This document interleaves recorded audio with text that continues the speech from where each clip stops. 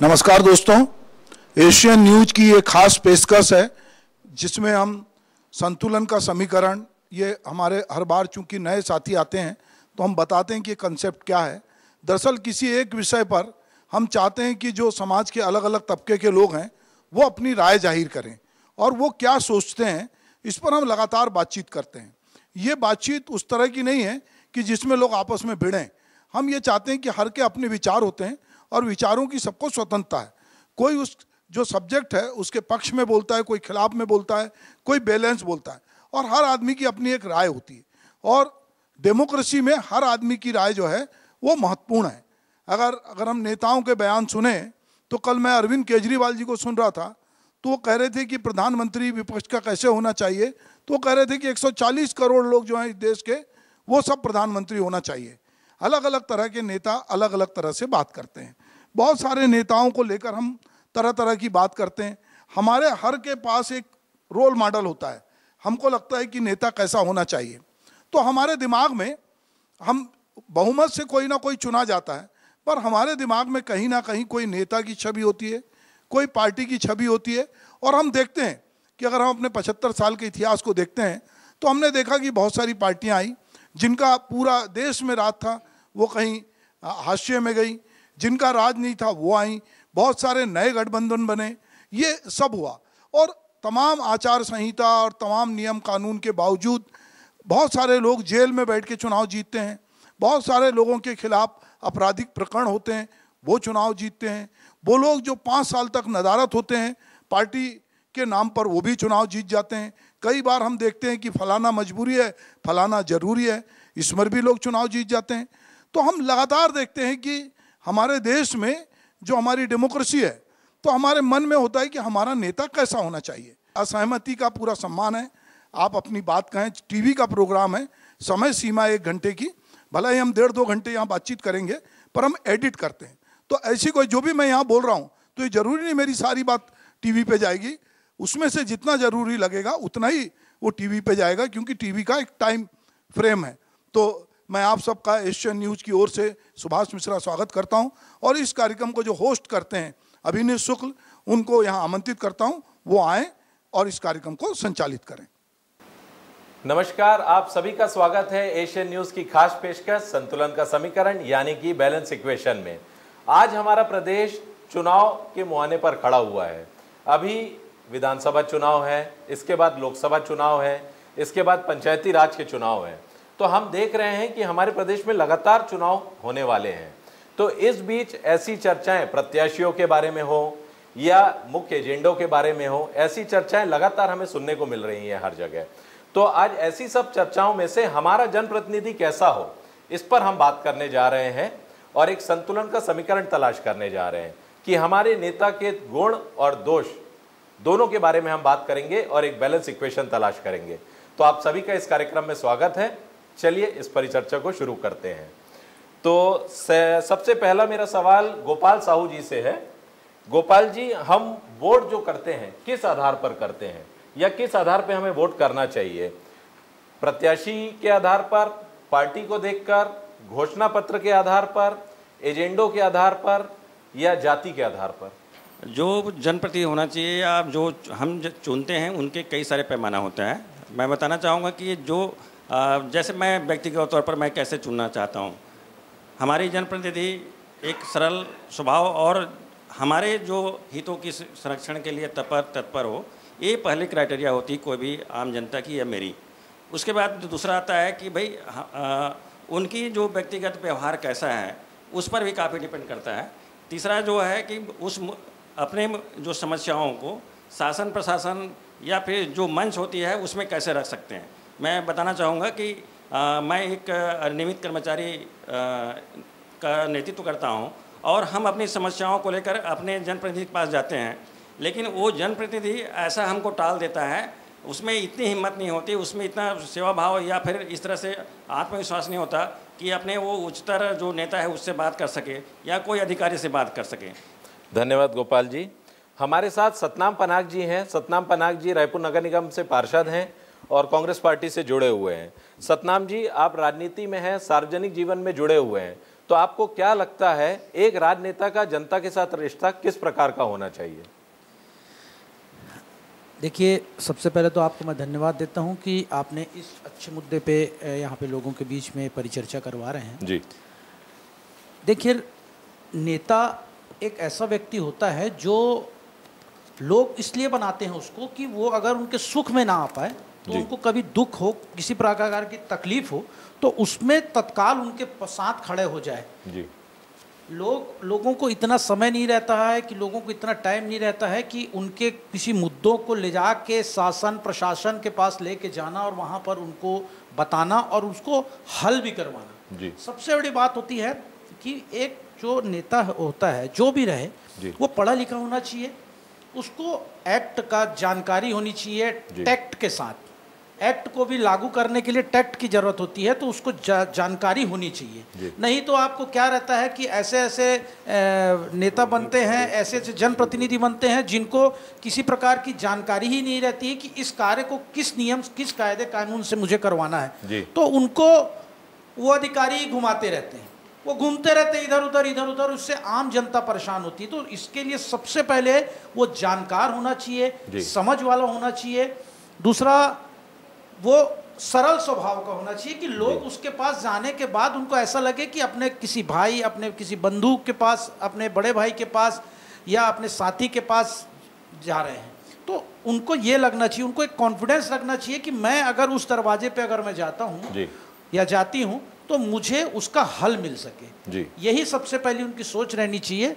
और सेकंड, आप जैसे पूछे कि देखना चाहिए, तो सेकंड ये पार्टी भी मायने रखती है कि पार्टी बन के ही आगे उनका मुखिया बनता है। तो वो भी एक मायने रखता है कि पार्टी में कैसे कैसे अच्छे लोग हैं, उनके बड़े नेता कितने अच्छे हैं, वो कैसे कार्य कर रहे हैं, उनको देख के भी कार्य को करना पड़ता है। पर अलग अलग क्राइटेरिया, विधानसभा लोकसभा में अलग क्राइटेरिया से देखते हैं। जो स्थानीय चुनाव होगा उनके घर के बीच में रहने वाले, आसपास रहने वाले व्यक्ति को देखते हैं। तो इस प्रकार का संतुलन चलता है। जी, धन्यवाद सतनाम जी। शिवेश वर्मा जी हमारे साथ यहाँ जुड़े हुए हैं। शिवेन जी, आप छत्तीसगढ़ युवा क्रांति सेना से जुड़े हुए हैं। हमें ये बताइए शिवेश जी, जो अभी सतनाम जी ने बात कही, तो एक नेताओं के, एक अच्छे नेता, राजनेता के लिए क्या गुण उसके अंदर होने चाहिए बनने के लिए, बताएं। एक अच्छा राजनेता में आज के समय में ऐसे गुण होना चाहिए जिन्हा छत्तीसगढ़ के युवा मन ला भटकावे मत। वह छत्तीसगढ़ के युवा मन के रोजगार पर बुता करे, ओकर बेरोजगारी ला दूर करे। और यहाँ जिन लगातार जैसे अनपढ़ बनाए के जिन स्कीम चलत है, 23 साल हो गए छत्तीसगढ़ ला बने। लगातार यहाँ 8 साल कांग्रेस राज करे, 15 साल भाजपा राज करे, लेकिन ओमन छत्तीसगढ़ के युवा मन पर कोई बुता नहीं करे।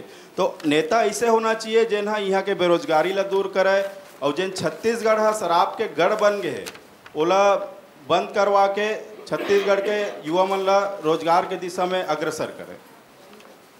धन्यवाद सर। हमारे साथ सुशीला धीवर जी हैं, मैडम पार्षद हैं रायपुर नगर निगम से। सुशीला जी, आप एक महिला के तौर पर राजनीति से भी जुड़ी हुई हैं, तो आपको क्या लगता है कि कहीं ना कहीं कभी कुछ आपको ऐसी दिक्कतों का सामना करना पड़ता है राजनीतिक जीवन में, कि घर भी हम देख रहे हैं और बाहर का एक जीवन भी हम, राजनीतिक जीवन में भी हम जुड़े हुए हैं, तो कुछ वैसी दिक्कतें आती हैं? बहुत सारी ऐसी दिक्कतें आती हैं। महिलाओं को राजनीति में उतरना मतलब लोहे के चने चबाने के जैसा होता है, क्योंकि अब बुरा मत मानेंगे कोई, महिलाओं का राजनीति में आना अधिकतर लोग को हजम नहीं होता है, और किसी न किसी तरीके से इतना प्रताड़ित करते हैं और कि महिला मतलब वहाँ से उठ करके अपना घर ही संभाले, इस टाइप से हरकत करना चालू कर देते हैं लोग। कहीं पर भी आप जाते हैं, जैसे किसी भी स्तर पे आप जाते हैं, वहाँ पर आपको दोयम दर्जे के नागरिक होने का एहसास दिलाया जाता है, और उसके बाद भी जी नहीं भरता तो डराया धमकाया जाता है, उसके बाद भी जी नहीं भरता है तो आपको अपमानित किया जाता है। ये सब हम राजनीतिक जीवन में झेलते हैं, रोजमर्रा की बातें हो गई हैं जी। और इतनी नॉनवेज बात की जाती है हम लोगों से कि हमारे कानों को सुनना बिल्कुल पसंद नहीं होता है। बहुत मतलब महिलाओं के लिए पॉलिटिक्स में आना बहुत टेढ़ी खीर है ये। धन्यवाद मैडम।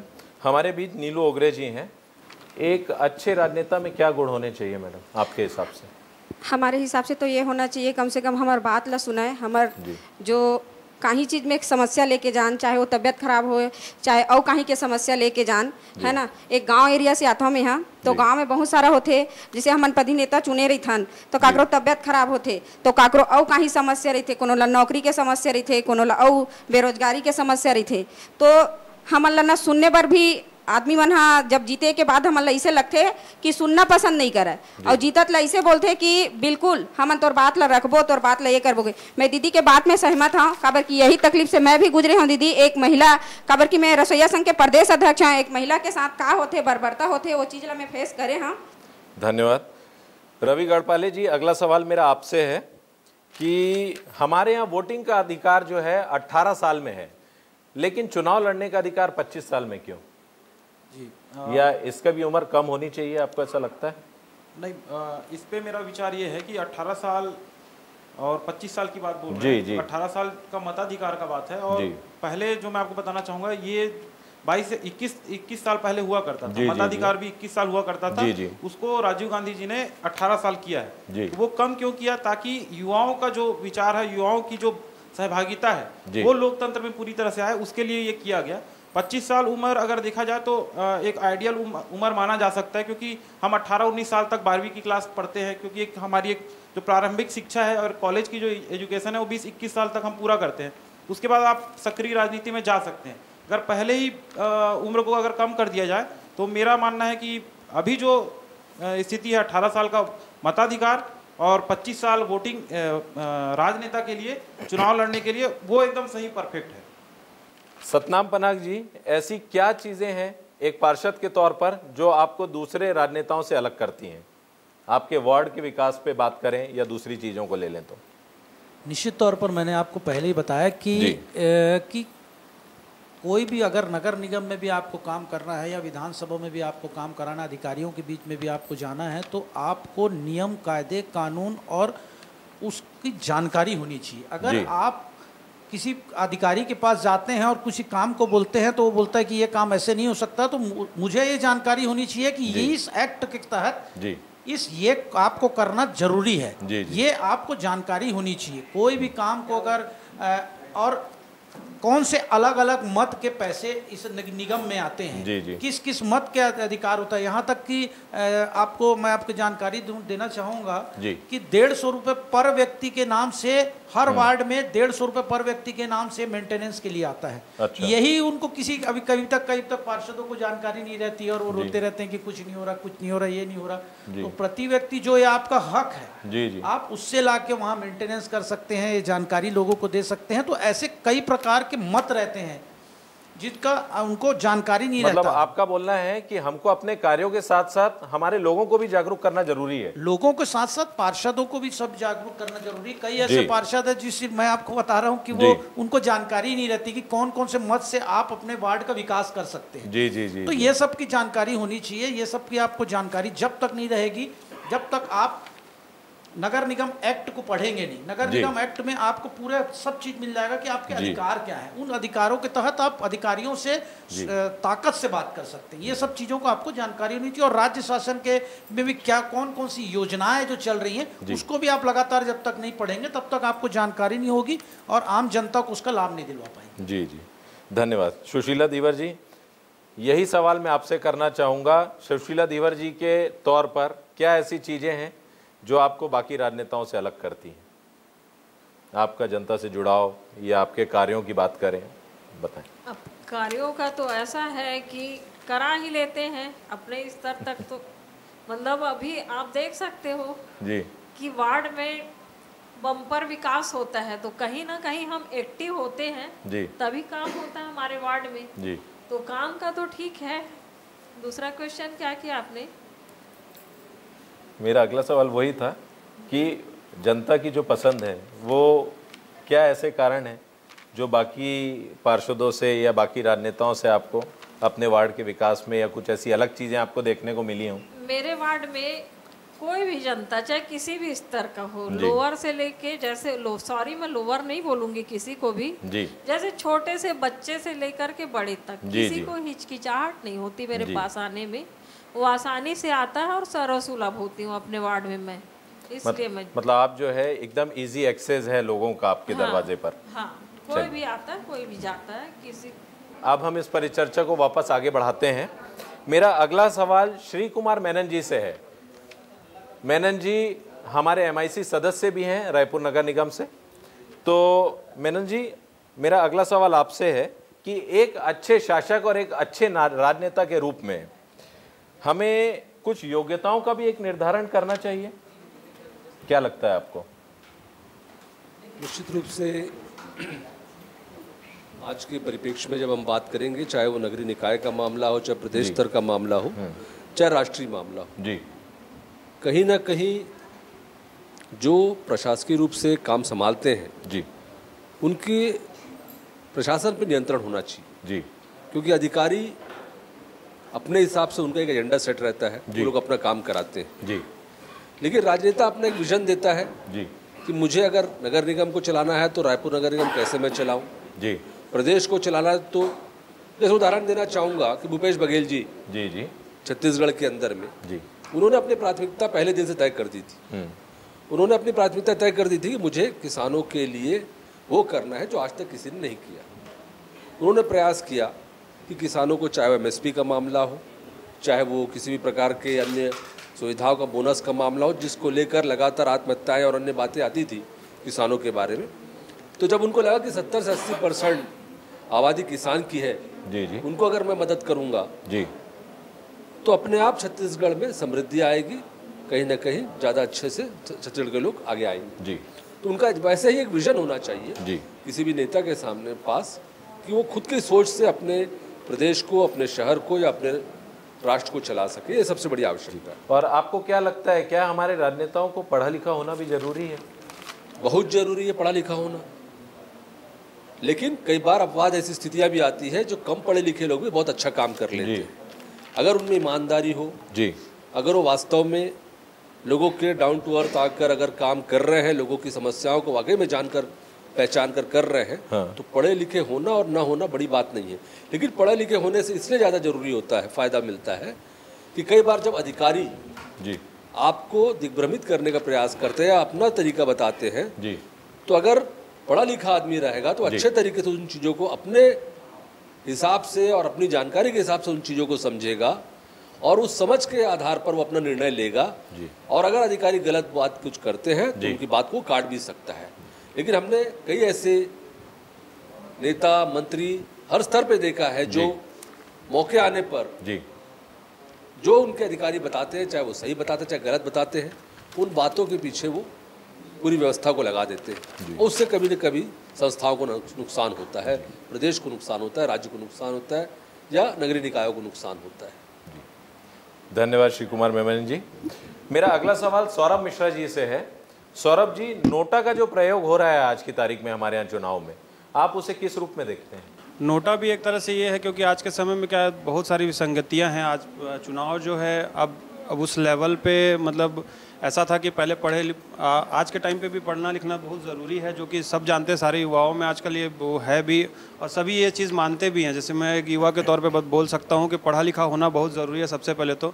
और दूसरी चीज़, आप किसी पार्टी से नहीं है। अगर आप किसी चुनाव को देखते हैं तो आप सबसे पहले तो पार्टी से नहीं है, क्योंकि आप किसी व्यक्तिगत को चुनने जा रहे हैं। उस व्यक्तिगत को आप कितना अपने व्यक्तिगत क्षेत्र पे अहमियत देते हैं, जैसे आपके सुख दुख में वो व्यक्तिगत कि किस हद तक आपका सपोर्ट कर सकता है, वो व्यक्तिगत आपके साथ कहाँ है। बाद में आप पार्टी है, बाद में आप किसी पार्टी का आपसी सामंजस्य के तौर पे आप किसी पार्टी को बाद में चयन कर रहे हैं। सबसे पहले तो व्यक्तिगत आपके सुख दुख में कब तक खड़ा है ये तो आपको पता होना ही चाहिए। और आज के समय में जो नोटा है, वो नोटा तो यही है कि अगर आपके विधानसभा या फिर वार्ड जहाँ पे भी आप बोले कोई प्रत्याशी अगर खड़ा है, तो वो प्रत्याशी अगर आपके मतलब आपको लगता है कि वो आपकी क्षमताओं पे खड़ा ना उतर सके, तो नोटा भी ठीक है, कोई दिक्कत नहीं है। चलिए, धन्यवाद। हमारे बीच एडवोकेट जानू खरे जी हैं। तो खरे जी, हमें ये बताएं कि जैसे अगर किसी राजनेता या जनप्रतिनिधि का आपराधिक दृष्टिकोण से अगर हम देखें, तो किसी आपराधिक संलिप्तता में अगर वो जुड़ा हुआ है, तो क्या ऐसे लोगों को राजनीति करनी चाहिए या ऐसे लोगों को राजनीति से दूर रखना चाहिए? क्या सोचना है आपका? जैसे इनका प्रश्न था कि आपराधिक परिप्रेक्ष्य वालों को राजनीति में क्या सक्रियता रहती है और हमें उसको किस रूप में देखना चाहिए जी। तो सबसे पहले मैं ये क्लियर कर देता हूँ कि अपराधी किसे कहते हैं? जो कोर्ट के द्वारा साबित हो चुका हो, जिसके ऊपर आपराधिक मामला चल रहा है, वो आरोपी होता है जी। तो उसको छूट है, मतलब उसके ऊपर अभी अपराध साबित नहीं हुआ है जी। और कई बार तो आपराधिक मामले छोटे छोटे भी रहते हैं कि आप धरना प्रदर्शन के लिए गए, आपके ऊपर रिपोर्ट हो गई, तो ऐसे भी मामले रहते हैं। तो कई बार ऐसा एक निर्धारण कुछ होना चाहिए। नहीं क्या होता है कई बार दुश्मनी के लिए भी कि सामने वाले को नीचे गिराने के लिए भी कि उनके ऊपर एक मामला लगा देते हैं जी। तो जब तक जुर्म साबित नहीं होता है तब तक मेरे हिसाब से हर आदमी को चुनाव लड़ना है। सुप्रीम कोर्ट का माननीय सुप्रीम कोर्ट का एक जजमेंट भी आया था स्टेट वर्सेस लिली थॉमस में, उनके अनुसार कि जिस व्यक्ति के ऊपर अपराध साबित हो चुका है 2 साल से अधिक का या 3 बार जिसको आपराधिक गतिविधियों में अपराध साबित हो गया है या जिसको 2 साल से ज़्यादा की सजा मिल चुकी है, वैसे लोग को बार्ड कर दिया गया है इलेक्शन लड़ने से। ठीक, तो ये मेरा भी मानना यही है कि जब तक जुर्म साबित नहीं हो जाता तब तक आदमी को उस रूप में नहीं देखना चाहिए, उसको सिर्फ मतलब मुजरिम नहीं देखना चाहिए, क्योंकि किसी के ऊपर FIR किसी भी कारण से दर्ज हो सकता है। कोई पब्लिक के लिए अच्छा काम कर रहा है, मोर्चा निकाला है, आंदोलन कर रहा है, उसके ऊपर भी राजनीतिक दृष्टिकोण से FIR दर्ज कर दी जाती है, उनके ऊपर मामला बना दिया जाता है। तो यही है कि जब तक आरोप सिद्ध ना हो उसको बाढ़ नहीं करना चाहिए। चलिए, धन्यवाद। हमारे बीच गणेश राम साहू जी है, आप एक सामाजिक कार्यकर्ता हैं। गणेश राम जी, अभी जो खरे जी ने बात कही, आप क्या सोचते हैं उस बारे में कि क्या अगर कोई हमारा राजनेता है तो उसको ऐसे आपराधिक प्रवृत्ति वाले लोगों से दूरी बनाए रखनी चाहिए ताकि उसकी छवि खराब ना हो इससे? जी, अपराध जो है हमेशा स्थिर तो नहीं रहता और अपराधियों से दूरी बना के तो रखना चाहिए रखने के लिए, लेकिन साथ ही साथ जो अपना काम है, अपना जो स्वभाव है, उसको बना के रखना चाहिए। अपना जो चरित्र है सही रखना चाहिए और अपने से हो सके तो अपराध बिल्कुल नहीं होना चाहिए और अपराधी जो व्यक्ति हैं उससे थोड़ा सा दूरी जरूर रखना चाहिए। अच्छा, धन्यवाद। अब इस पैनल को मैं अंतिम उसमें ले जाते हुए श्री कुमार मेनन जी से पूछूंगा। सर, आपका एक लंबा राजनीतिक करियर रहा है, तो आपको क्या लगता है, आपने जीवन भर राजनीति की, आपने देखा चीज़ों को, कहीं ना कहीं बाहुबल जो है वो आड़े आता है राजनीति में? अच्छी राजनीति अगर हमको करना है और दबंगों का बोलबाला है कहा जाता है, तो आप इस बात से हमारे प्रदेश के तौर पर कितना इत्तेफाक रखते हैं? मैं व्यक्तिगत रूप से कम से कम अपने मामले में तो इस बात को नहीं मानता हूँ कि बाहुबल या धनबल अगर अच्छे काम करने वाला अगर व्यक्ति है, काम करने वाला आदमी है, तो उसके सामने में धनबल और बाहुबल कहीं काम नहीं आता। मैं अपना ही बताना चाहूँगा, मैं 3 चुनाव जीता हूँ, 4 वार्ड से अलग अलग बार लड़ा हूँ और मेरे सामने में लोगों ने शराब भी बांटी है, साड़ियाँ बांटी है, घड़ी बांटे, सब बांटे। आप मेरे वार्ड के 3-4 वार्ड से पता लगा लीजिएगा, मैंने आज तक कभी किसी चुनाव में कोई चीज़ ऐसे बांटे नहीं, ना पैसा बांटा है। तो मतलब आपको जरूरी नहीं है कि आप पैसे के बल पे ही चुनाव जीत सकते हैं या धनबल या बाहुबल के बल पे जीत सकते हैं। आपकी सर्विस अच्छी होगी, आपकी लोगों के साथ अप्रोच अच्छा होगा, केमिस्ट्री अच्छी होगी, लोगों के साथ व्यवहार अच्छा होगा, और अगर आप उनके लिए लड़ रहे हैं, ये उनको दिख रहा है, तो निश्चित रूप से वो आपको हमेशा साथ देंगे। मतलब आपको लगता है कि आपके कार्य और आपकी जो छवि है वो कहीं ना कहीं आपको एक अच्छी राजनीति के तौर पर आपको आगे ले जाएगी? देखिए, आगे ले जाने न ले जाने के लिए तो भाग्य की बातें भी रहती है और बहुत सारी बातें भी रहती है। पार्टी राजनीति के अंदर भी बहुत मौके आते हैं, नहीं आते हैं, कई बार मौके मिलने के बाद भी नहीं मिलते हैं और कई बार कम अर्हता वालों को मौके मिल जाते हैं। ये तो पार्टी की राजनीति के अलावा आपके भाग्य के ऊपर भी जुड़ा रहता है। लेकिन अगर हम अपना कर्म करते रहें, हम जो लोगों के प्रति हमारी एक सोच सही रखें, उनके समस्याओं को अपनी समस्या माने जी, और उनके निराकरण के लिए ईमानदार रहे जी। तो चाहे आप पक्ष में रहे चाहे विपक्ष में रहे जी, चाहे आपकी सरकार रहे चाहे न रहे जी, आप अगर उसमें लड़ाई लड़ने की आपकी मादा रहेगा जी, तो आप निश्चित रूप से आपके जनप्रतिनिधि होने का जो एक अवसर मिलता है उसमें आप न्याय कर पाएंगे। आप सभी हमारे साथ इस परिचर्चा में शामिल हुए, मैं आप सभी का बहुत बहुत धन्यवाद करता हूँ।